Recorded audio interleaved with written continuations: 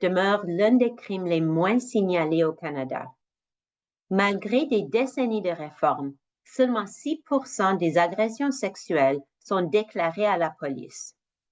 De plus, selon un rapport de Statistique Canada de 2024, pour chaque 1000 agressions sexuelles signalées à la police, un peu moins de 22% ont mené à un procès. Par contre, les procureurs et les juges nous ont indiqué que la majorité de leurs dossiers concernent des agressions sexuelles. Les tribunaux manquent de ressources. Les retards sont accablants et les affaires sont complexes. Parfois, les gens qui travaillent dans le système subissent un traumatisme vicariant. Notre système de justice pénale ne répond pas à nos besoins. Et ça, c'est un problème pour nous tous. La prévention constitue la meilleure approche. Mais lorsqu'un crime se produit, il est dans l'intérêt de tous de disposer d'un système de justice pénale fiable. Nous sommes le bureau de l'Ombudsman fédéral des victimes d'actes criminels. L'Ombudsman, Dr. Benjamin Roback, est conseiller spécial auprès du ministre fédéral de la Justice. Notre bureau favorise l'accès aux services fédéraux destinés aux victimes et examine l'équité de ces services. Les victimes d'actes criminels communiquent avec notre bureau pour signaler des violations de leurs droits en vertu de la Charte canadienne des droits des victimes. La CCDV a été adoptée en 2015 et constitue une loi quasi constitutionnelle.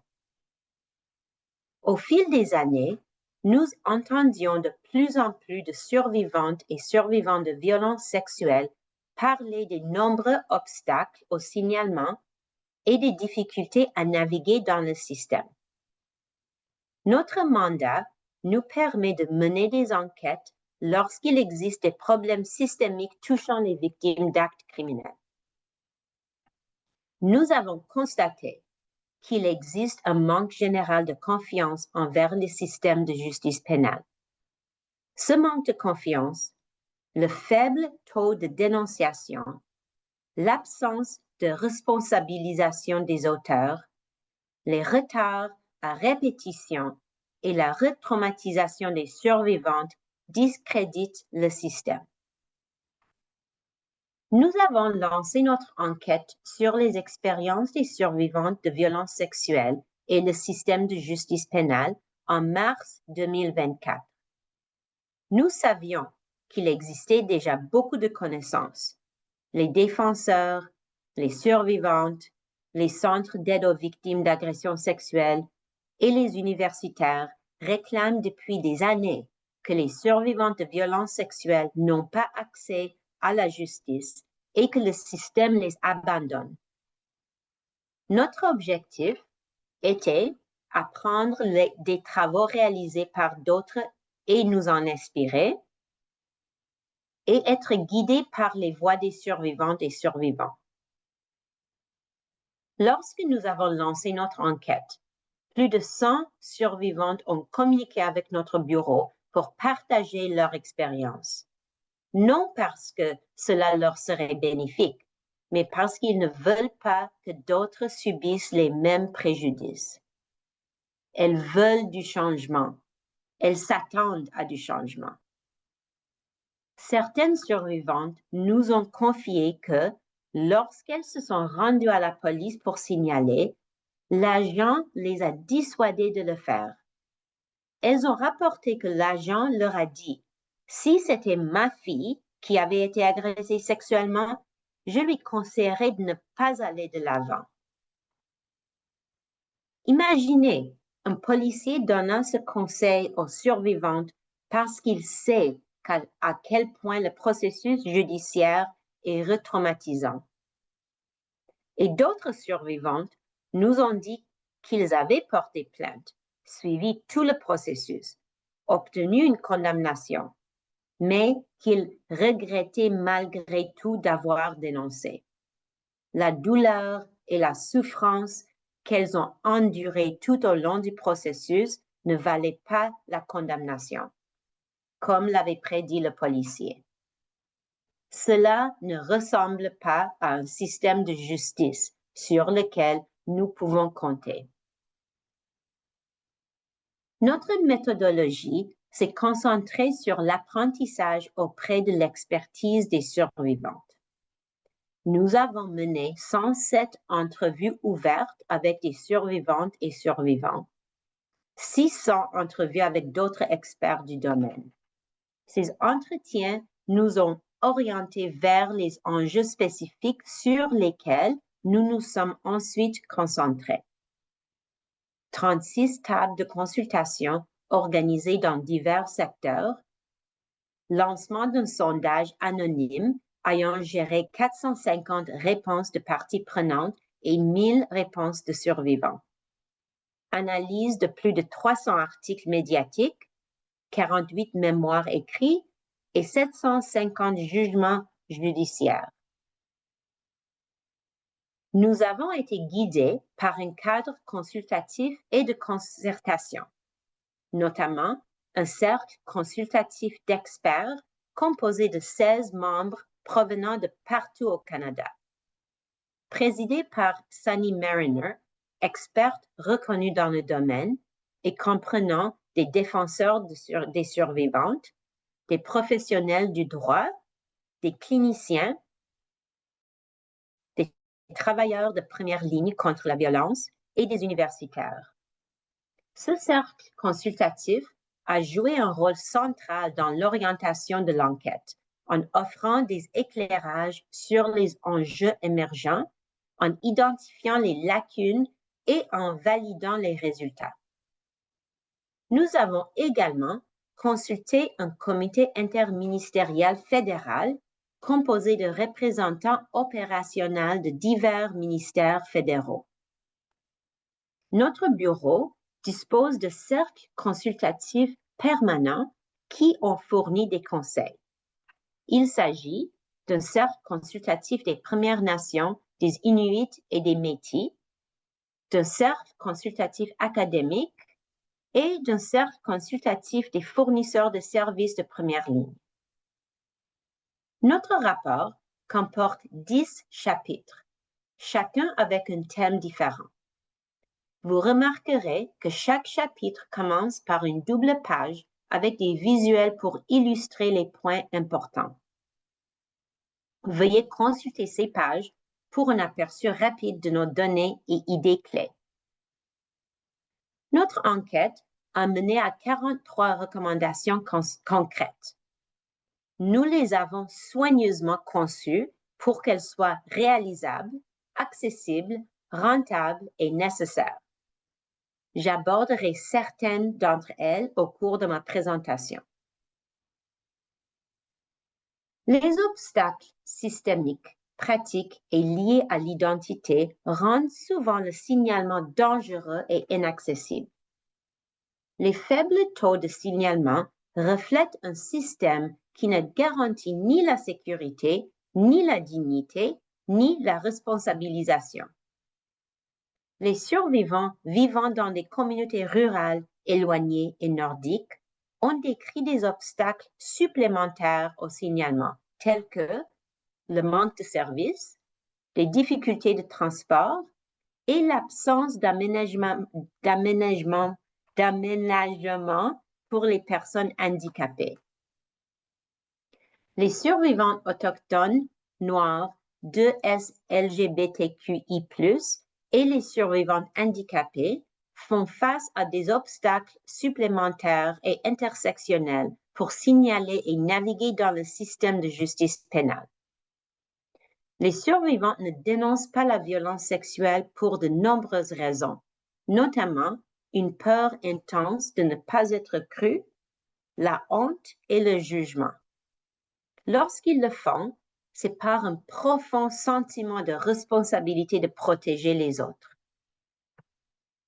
Nous avons entendu des survivants dire qu'ils ne reçoivent pas suffisamment d'informations sur le processus ou sur ce à quoi s'attendre. Après avoir signalé, il arrive qu'ils ne reçoivent aucune information ni communication pendant de longues périodes. Nous avons également appris une évolution positive. Selon notre sondage auprès des survivants, parmi ceux et celles qui ont signalé à la police, près de la moitié ont indiqué s'être sentis crus par la police, ce qui marque un progrès notable. Notre bureau recommande que les survivants se sentent en sécurité lorsqu'ils signalent et qu'ils reçoivent de manière proactive des informations sur leurs droits. Notre prochain chapitre porte sur l'impact d'un arrêt marquant de 2016, l'arrêt Jordan. La Cour suprême du Canada a statué que, afin de respecter le droit de l'accusé à un procès dans un délai raisonnable garanti par la Charte, les procès ne pouvaient plus dépasser 30 mois devant les cours supérieures et 18 mois devant les cours provinciales. Bien que cette décision soit louable à bien des égards, elle a eu des conséquences imprévues dévastatrices pour les survivantes et leurs familles. Imaginez, trouver le courage de dénoncer, puis attendre des années, parfois subir l'épreuve traumatisante de témoigner, pour finalement apprendre que les accusations ont été suspendues parce que le système a mis trop de temps à juger l'accusé. Lorsqu'un arrêt Jordan est prononcé, le survivant perd l'accès aux conditions de mise en liberté sous caution que les protégeaient contre l'accusé, se retrouvant sans recours et sans possibilité de tenir l'agresseur responsable devant la cour criminelle. Des accusations graves d'agression sexuelle, y compris contre des enfants, ont été suspendues en raison de la décision Jordan. L'approche actuelle de l'arrêt Jordan compromet l'accès à la justice, viole les droits des victimes d'actes criminels et mine la confiance du public envers le système judiciaire canadien. Les retards et les suspensions sont devenus insupportables. Notre bureau recommande de réduire les dommages causés par les conséquences imprévues de l'arrêt Jordan. Notre prochain chapitre porte sur le régime des dossiers privés. D'importants efforts ont été déployés au fil des ans pour assurer une meilleure protection des survivantes, accroître le signalement et encourager l'accès aux services de soutien en santé mentale.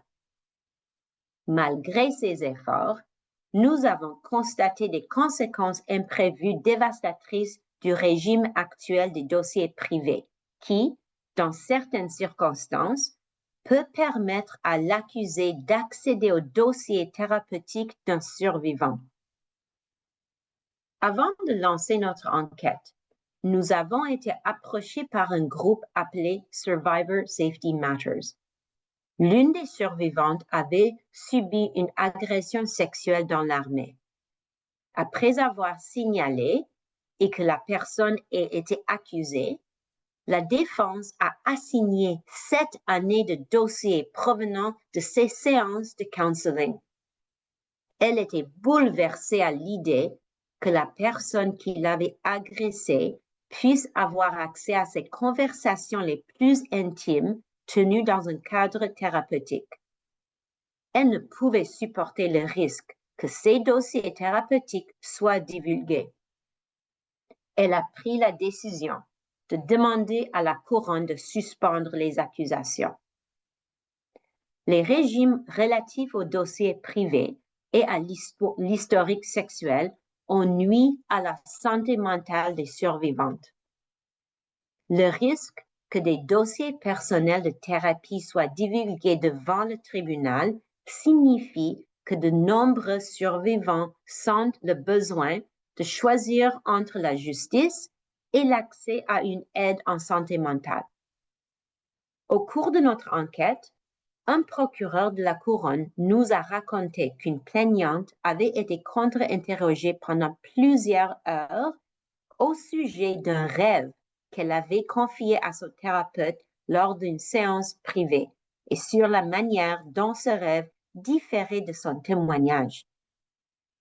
Les survivantes ne devraient pas se sentir obligées de choisir entre dénoncer et accéder à des services de soutien en santé mentale. Notre bureau recommande de garantir une meilleure protection des dossiers thérapeutiques et que les survivantes ne devraient jamais avoir à choisir entre des services de santé mentale potentiellement vitaux et la responsabilisation des agresseurs. Notre prochain chapitre est au sujet des contre-interrogatoires et équité du procès. Le contre-interrogatoire fait partie intégrante de la fonction de recherche de la vérité dans un procès criminel, mais il peut être profondément et inutilement traumatisant pour les survivantes.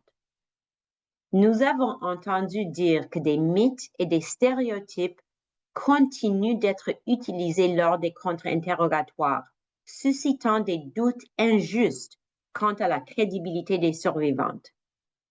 Bien que la Cour suprême du Canada ait clairement indiqué qu'il s'agit d'une erreur de droit de s'appuyer sur des mythes et des stéréotypes, nous avons tout de même relevé des exemples actuels de questions fondées sur ces mythes. Nous avons également entendu parler de tactiques d'intimidation et de contre-interrogatoires impitoyables. Les personnes avec un handicap intellectuel subissent des taux disproportionnés de violences sexuelles, mais elles sont trop souvent considérées comme des témoins peu fiables parce qu'elles ont des difficultés avec certaines techniques traditionnelles de contre-interrogatoire. Nous avons appris qu'il existe des moyens pour que les survivantes, y compris les survivantes vulnérables, se sentent plus à l'aise à la barre afin de pouvoir exprimer ce qui s'est passé. Par exemple, certains procureurs de la Couronne nous ont parlé de poursuites informées par les traumatismes qui tiennent compte des connaissances en neurosciences sur le traumatisme. Comprendre l'éventail des réactions normales face au traumatisme peut éviter que les survivantes soient injustement considérées comme non crédibles ou non fiables. Puisque l'objectif d'un procès criminel est la recherche de la vérité, nous devrions poser des questions qui facilitent cet objectif plutôt que de l'entraver. Une survivante que nous avons rencontrée nous a raconté que pendant son contre-interrogatoire, des images intimes que l'agresseur avait filmées pendant l'agression ont été projetées dans la salle d'audience. La défense a parfois mis en pause les vidéos pour l'interroger à ce sujet. Cette humiliation publique l'a non seulement retraumatisée, mais l'a aussi empêché de témoigner au mieux de ses capacités. Notre bureau recommande d'humaniser le contre-interrogatoire et de mettre en œuvre des poursuites informées par les traumatismes dans tous les procès pour agression sexuelle. Le prochain chapitre porte sur les aides au témoignage. Les aides au témoignage sont des outils qui permettent à une personne de témoigner plus confortablement. Elles peuvent inclure témoigner derrière un écran pour que le survivant n'ait pas à regarder la personne qui lui a fait du mal, avoir une personne de soutien ou un chien de soutien à ses côtés, témoigner par télévision en circuit fermé depuis un autre lieu. De nombreux juges et avocats reconnaissent que les aides au témoignage peuvent aider les témoins à fournir leurs meilleures preuves sans violer le droit de l'accusé à un procès équitable. Offrir des aides au témoignage constitue une avancée positive dans le système de justice pénale. Mais l'accès aux aides au témoignage varie selon la région. Aussi, nous avons entendu dire que la défense s'oppose de plus en plus à ces aides et que du temps et des ressources judiciaires sont consacrés à débattre de leur octroi. Certains survivants nous ont confié qu'ils n'avaient pas été informés qu'ils pouvaient demander des aides au témoignage. S'ils ne sont pas informés de manière proactive, comment peuvent-ils savoir qu'ils peuvent en faire la demande? Certaines aides au témoignage sont présumées accordées sur demande pour les enfants et les personnes handicapées. Mais les survivants et les parties prenantes nous ont dit qu'elles devraient être automatiquement offertes à toutes les plaignantes en matière de violence sexuelle. Une salle d'audience est déjà un lieu intimidant. Témoigner devant la personne qui vous a fait du mal, tuer ce sentiment d'intimidation. Un contre-interrogatoire impitoyable peut entraîner de la confusion. Les aides au témoignage peuvent offrir un sentiment de sécurité et de confort aux survivantes alors qu'ils doivent revivre une expérience traumatisante et répondre à des questions à ce sujet. Notre bureau recommande d'offrir les aides au témoignage de manière proactive à tous les survivants d'agressions sexuelles. Le prochain chapitre est au sujet des déclarations de la victime. Une déclaration de la victime est un texte écrit qui décrit le préjudice subi par la victime d'une infraction. Le tribunal doit tenir compte de cette déclaration lors de la détermination de la peine de l'auteur. Les déclarations de la victime ont constitué une avancée importante pour inclure la voix des survivants dans le système de justice pénale. Dans notre processus judiciaire, la victime n'a aucun statut. Elle est considérée comme un témoin du crime. Le crime est traité comme s'il avait été commis contre la couronne. La déclaration de la victime permet aux victimes d'expliquer au tribunal et à l'agresseur, avec leurs propres mots, comment le crime les a affectés. Mais les déclarations de la victime sont souvent caviardées, ce qui limite ou élimine l'authenticité de la voix du survivant. De nombreuses victimes et des professionnels des services aux victimes nous ont dit que l'ampleur du caviardage était telle que la déclaration ne reflétait plus leur voix. Notre bureau recommande de mettre fin au caviardage excessif des déclarations de la victime. Le prochain chapitre porte sur la justice réparatrice. La justice réparatrice est une approche de la justice qui vise à réparer le préjudice. Il s'agit d'une approche volontaire, fondée sur le consentement, qui peut permettre aux survivants de participer plus en sécurité et selon leurs propres conditions. La justice réparatrice offre une alternative. Elle ne remplace pas le processus de justice pénale. Nous avons entendu des survivantes et des parties prenantes dire que des programmes de justice réparatrice dirigés par les survivantes et culturellement sécuritaires peuvent répondre à des besoins que les tribunaux ne peuvent pas combler. Les auteurs sont tenus responsables et assument leurs actes dans les processus de justice réparatrice. La justice réparatrice propose diverses approches selon la situation spécifique. Par exemple, le survivant et la personne qui lui a fait du mal ne sont pas obligés de se rencontrer en personne. La Charte canadienne des droits des victimes prévoit un droit à l'information sur la justice réparatrice, mais celle-ci n'est pas systématiquement offerte, expliquée ou accessible. La justice réparatrice demeure largement inaccessible aux survivantes de violences sexuelles en raison des politiques provinciales et territoriales qui en interdisent l'utilisation dans ces cas. D'un côté, certains défenseurs craignent que la justice réparatrice ramènent la violence fondée sur le sexe dans la sphère privée. Mais d'autres estiment que la justice réparatrice constitue une bien meilleure alternative au procès pénal et que les survivantes devraient se voir offrir des options et des informations sur la justice réparatrice afin de prendre des décisions éclairées sur ce qui est le mieux pour eux. Les survivantes réclament davantage de choix, de participation et que leur voix soit entendue. Avec un financement incohérent, les programmes de justice réparatrice ne sont pas toujours accessibles.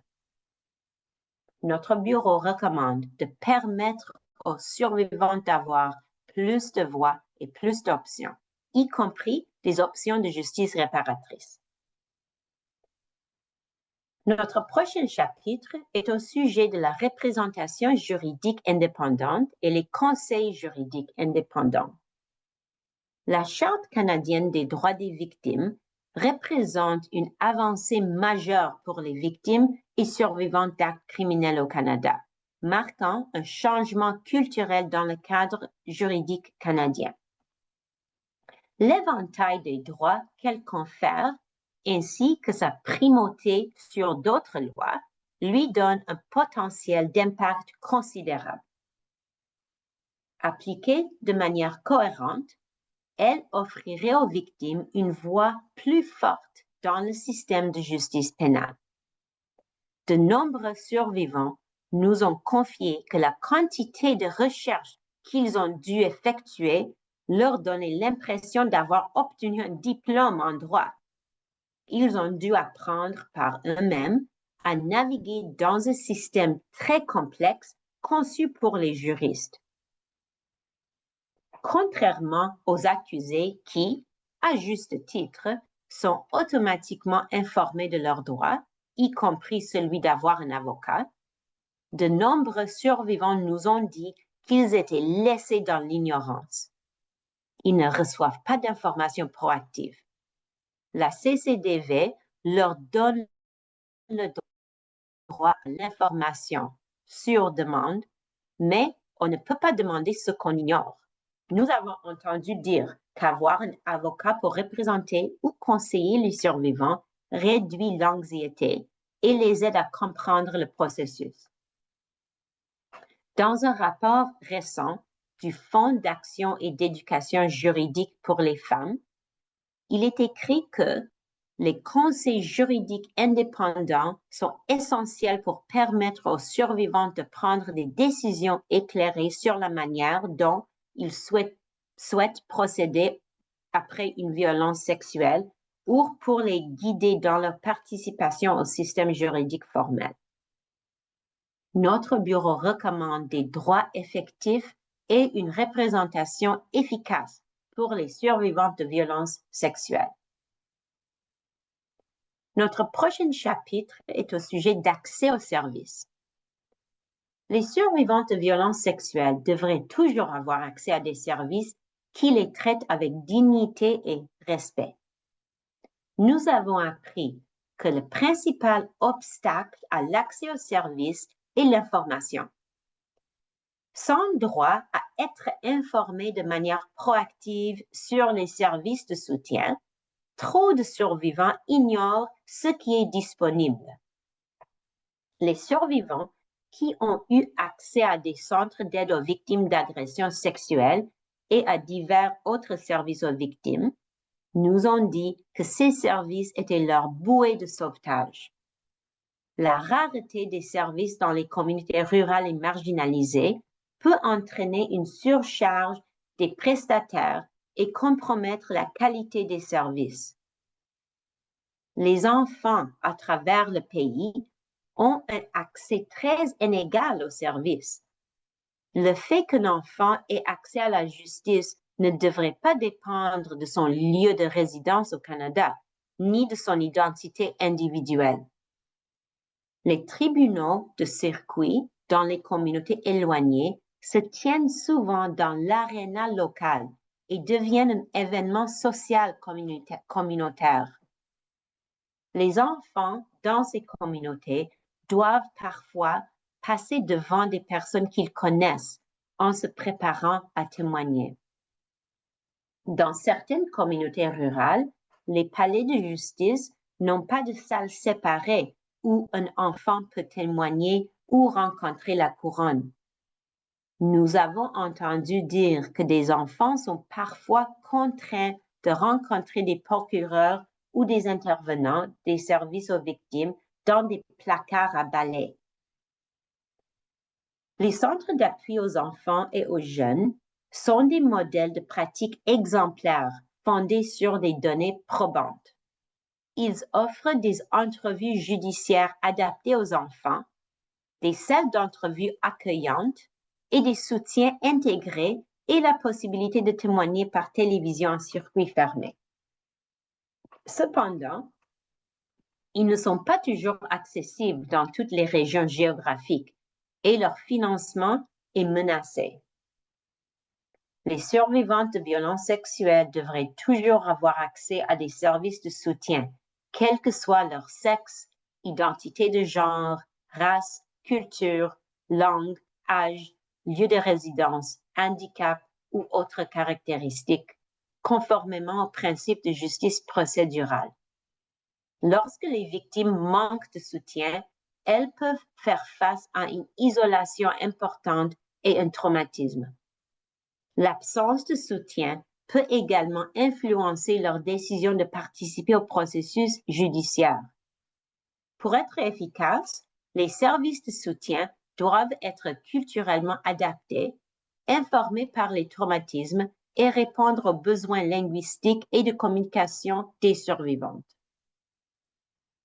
Notre bureau recommande de prioriser l'accès aux services, de garantir que les enfants aient un accès uniforme au centre d'appui aux enfants et aux jeunes et que les personnes confrontées à des obstacles intersectionnels disposent de services sécuritaires et adaptés, peu importe où elles vivent. Le dernier chapitre porte sur les données et responsabilisation. Nous avons la chance au Canada de pouvoir compter sur Statistique Canada, qui fournit des données statistiques excellentes et reconnues mondialement. Les données sur les crimes déclarés par la police et les enquêtes sur la victimisation ont permis de mieux comprendre les enjeux des victimes à travers le pays. Cependant, il existe d'importantes lacunes dans les données accessibles au public. Ces lacunes peuvent permettre à certains problèmes de passer inaperçus. Nous croyons qu'une amélioration des données mènera à de meilleures politiques publiques, à des plaignants plus satisfaits et à un droit pénal plus efficace et équitable. Lorsque les bonnes statistiques ne sont pas recueillies, sont recueillies mais non publiées ou sont publiées sans être ventilées, nous n'apprenons pas ce qu'il faut savoir pour utiliser notre énergie, notre temps, nos ressources et nos fonds de manière efficace et utile.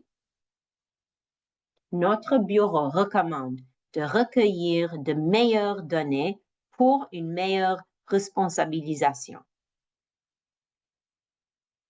Le Canada peut choisir une voie différente, une voie où les droits des survivantes sont fondamentaux, pleinement respectés et appliqués de manière cohérente en vertu de la CCDV et de la Charte canadienne des droits et libertés.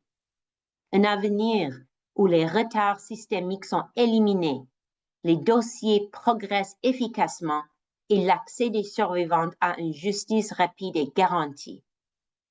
Un système de justice où les survivantes ont une chance équitable lors des contre-interrogatoires et où les aides au témoignage sont largement disponibles et adaptées aux divers besoins des survivantes.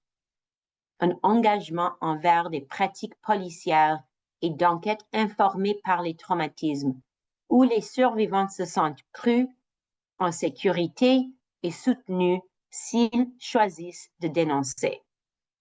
Un effort accru pour recueillir des données utiles afin de comprendre le statu quo et de l'améliorer. Une voie offrant des options de guérison et une information proactive aux survivantes, ainsi que la possibilité de considérer la justice réparatrice s'ils le souhaitent. Bien que beaucoup de choses se soient améliorées au fil des ans, nous croyons que la mise en œuvre des changements que nous recommandons fera une différence significative dans la vie des survivantes de violences sexuelles et améliorera la capacité du système de justice pénale à répondre à ces crimes de manière équitable pour la victime et pour l'accusé. Ces changements mèneront à plus de responsabilisation, plus de guérison et à une société plus sécuritaire. Merci de votre attention. Nous serons heureux de répondre à vos questions.